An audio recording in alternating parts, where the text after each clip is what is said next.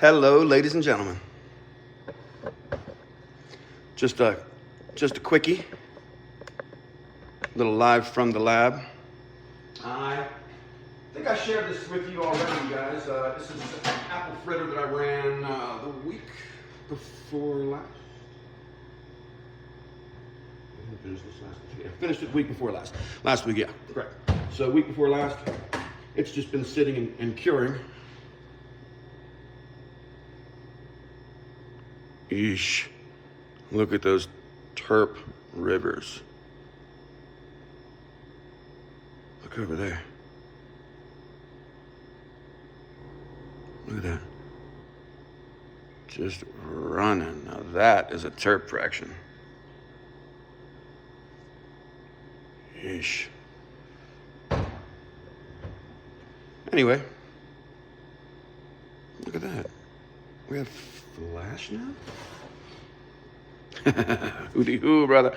So yeah, so this is the apple fritter cured batter that I made the week before last. And as you can see, it's from cured batter means that it's from cured material, not live or fresh frozen material. This is from dried and properly stored and cured material. I then make this batter from it, and over the last 2 weeks, as you can see, I know, right? It's done a very great job curing on its own as a batter. You can see these terp lakes just being sweat out. Hey, I appreciate you, man. I did. I made all 1,204 grams of it that you're seeing here. And for those of you that like math, at 50, you feel the weight of that? At 15 bucks a gram, that's 18 grand. So, oof. All right, more importantly, what did I bring you guys in to show to you today? How? No, this is BHO. This is not hash rosin. This is cured resin batter. And as you can see, when done properly, you hold on to the terps the way the way they're meant to be held onto. And then, of course, I can't just start digging jars out of there. No, not at all. It was I produced this from about 17 pounds. So a good size, a good sized room. You figure, I don't know how much you're getting. It depends on how long you veg, etc. But just under 18 pounds. So anyway, as I'm sure you guys can imagine, I can't just start. Let's say if, it was pretty decent. If I remember correctly, I think I got like a 14 or 13% yield. Great, an amazing return. Oh, and of course, this was all made with trim. There are not water leaves, not anything like too greeny or anything, but sugary trim and very small buds, you know. So anyway, as you can see, if I was to start packaging some of this for, yeah, I know, right? Trim, bro. They saved all their big buds and sold all that, I assume. Yes, 8 kilograms, you're right. Yeah, 8, but if you think about it, man, getting over an 1/8 back is pretty sweet. Free BHO. So, as I keep getting distracted from the comments, all I'm trying to say essentially is, you see here that if I was to get an order, let's say for 100 grams packaged to a specific dispensary, et cetera, I can't just start scooping and filling jars out of this. So what do we do to make that right? You already know.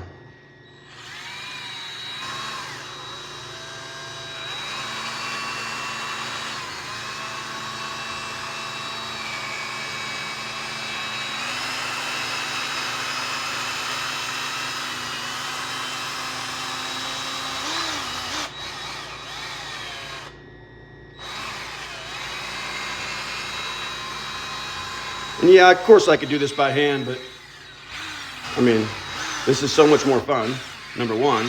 And number two, it's so much easier. When you're whipping, an ounce or 50 grams or even 100 grams, it's no big deal. It's just a little bit in the bottom of a jar or half, whatever. This is, this is 12 jars. So this gets the wrist sore. Make sure we get all of our little turp flakes there along the side.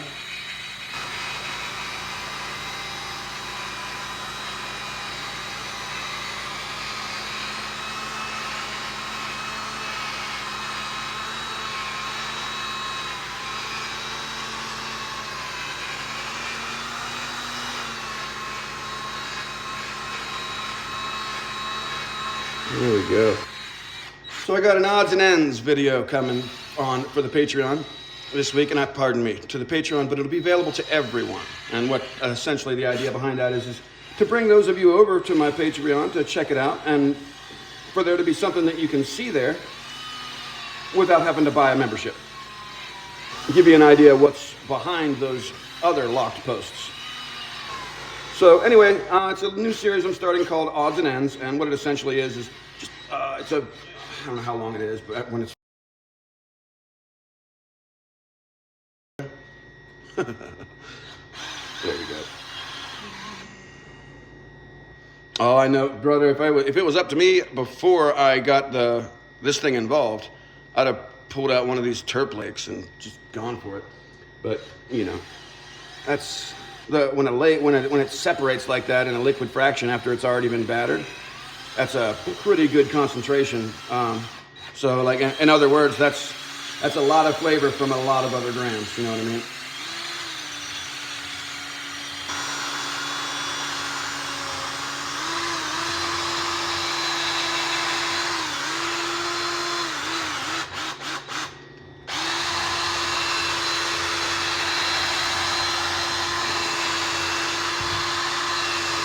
So anyway, the Odds and Ends series is just basically when the winterization video is specifically on winterization. The closed loop extraction video, which is in editing, is specifically on running the closed loop extractor. So having said that, the Odds and Ends series is just me sharing a few processes here and there that I do regularly in the lab that I usually forget to include in my, I don't know if you'd call it a tutorial, but a processing video. Yeah, if you don't know how to winterize, or if you don't know how to run a closed loop extractor, you will know if you pay attention to the video. So I guess in that sense it's a tutorial, but really this is, for educational or entertainment, for entertainment purposes, really. Just kind of showing you guys how the sausage is made, right? I mean, I figure if you're watching my channel,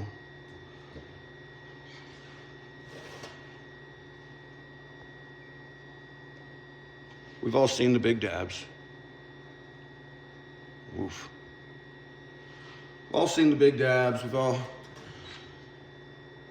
I don't know what else. Seen, grow rooms, seen the macro photography of some beautiful plants, close-ups, pictures of beautiful oil, etc. So what I try and bring you is how the oil is made. And as you can see, we're getting a very nice homogeneous mixture now. Let me bring you guys in a little closer. There we go.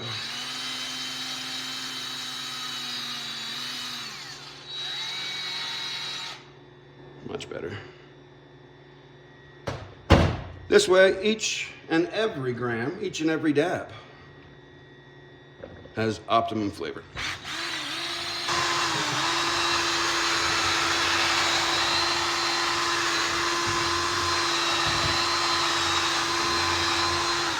So with, like this week, with the odds and ends, one of the things that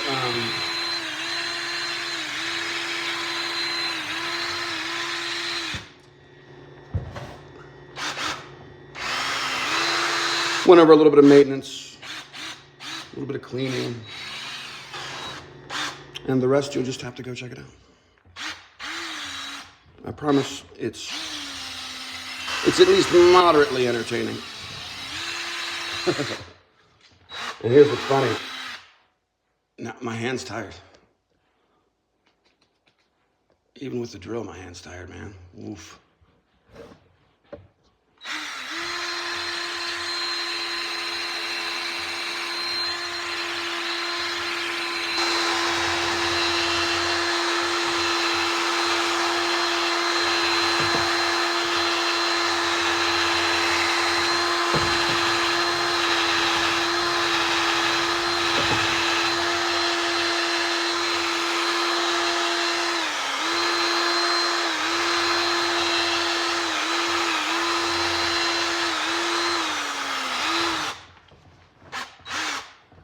I think we're gonna call it.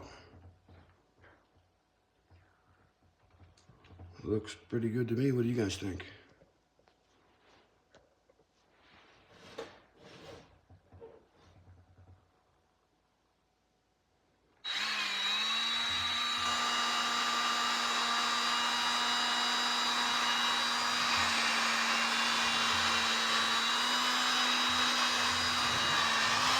Oh, and sometimes I get questions about, like, you know, with agitation like that, and with things, aren't you beating up the turrets, or are you destroying the oil, or what if your screw gun's dirty? Well, you're absolutely right to have all those concerns, which would be, number one, why I use canned air to clean out the crevices all over this thing, and then wipe it down with ethanol and let it dry overnight. And then aside from that, I'm in a 58-degree room right now. So yes, this is warming up, obviously, in here as it moves around, and friction is creating heat, but not enough to beat up a turp. Not enough to beat up your terpene fraction. What is up, Donna? We're just mixing up a little bit of apple fritter batter here.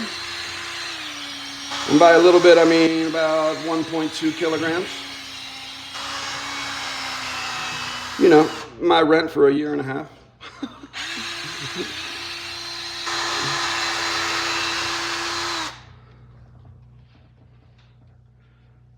Prepared and ready for the wonderful, appreciative, and knowledgeable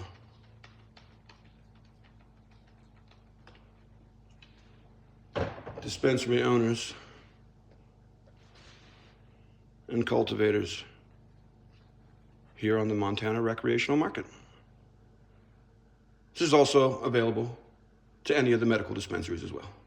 Can you guys see that move, that wiggle?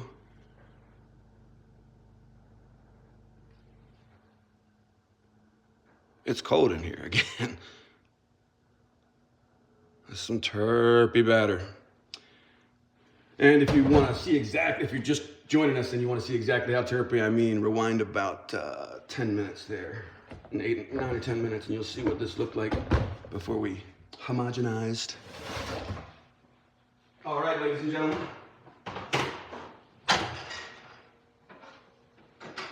I haven't really been paying attention to comments, other than what I see just coming through. This is some more batter I finished this week. This is called Cold Snap. This is even terpier. Even terpier, like,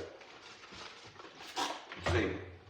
So let's see, give me a second, guys. Let me clean off our wand here. I only have one that I broke off and turned into a bit attachment. I'm sure somebody makes these and sells them for an incredibly, you know, green tax included price, but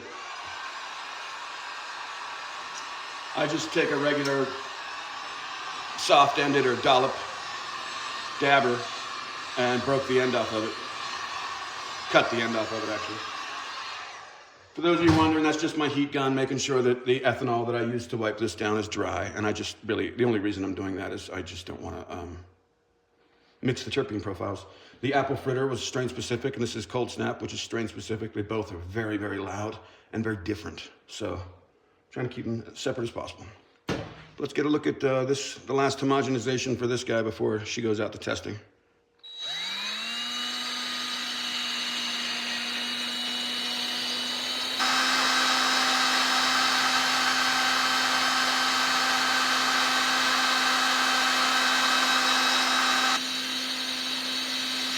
Cheers to you too.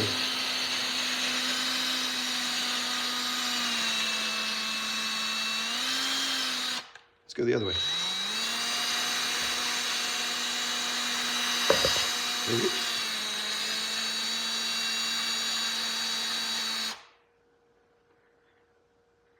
All right.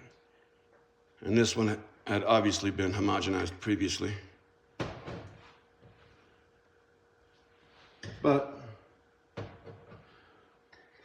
with smaller batches, you'll find that really it's just a flick of a wrist with a dabber real quick. With large, this is about 200 grams. This is about the most that I would want to manually whip.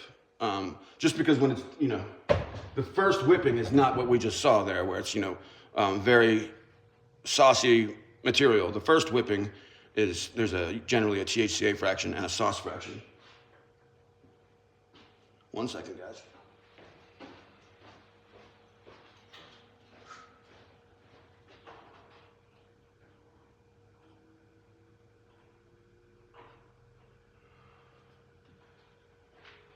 Crazy, the sounds I hear outside of my lab, and I'm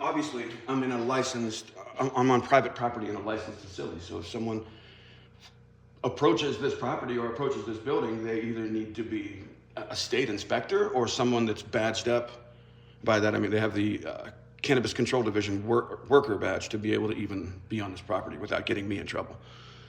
So anyway, real quick, this guy had already been homogenized last night. I just wanted to run it again for you real quick because it's so pretty. This and these two batters will be going out for testing today. So I can share that good information with you next week. And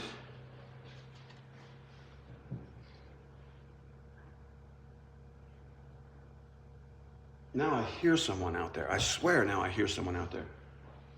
But there's no one on the camera. Anyway.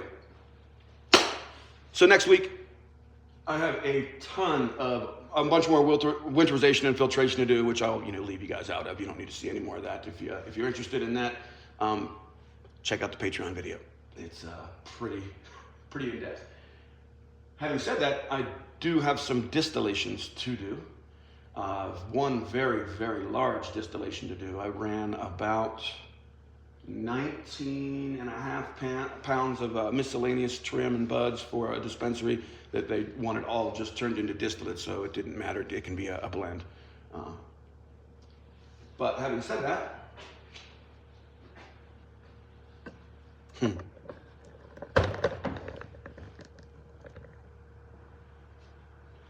that,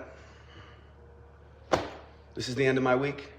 I'm ready to sign off, get finished my last extraction of the week, and get home and start editing.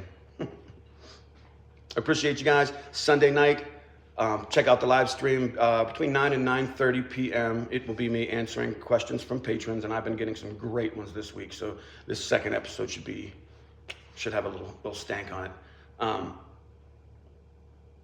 The only other thing is, aside from that, next week, because of the amount of distillation that I have going on, expect a live from the lab video. Not sure when, not sure what day, but I'll try and give you some leeway, a little more notice than this little live stream. But anyway, I figure we'll stream as much of that distillation as possible. It can be kind of like watching paint dry, so I'll try and not bring you in too early, and hopefully you can be there for the exciting parts, and I can blabber through the rest. Appreciate you guys. See you sooner than later.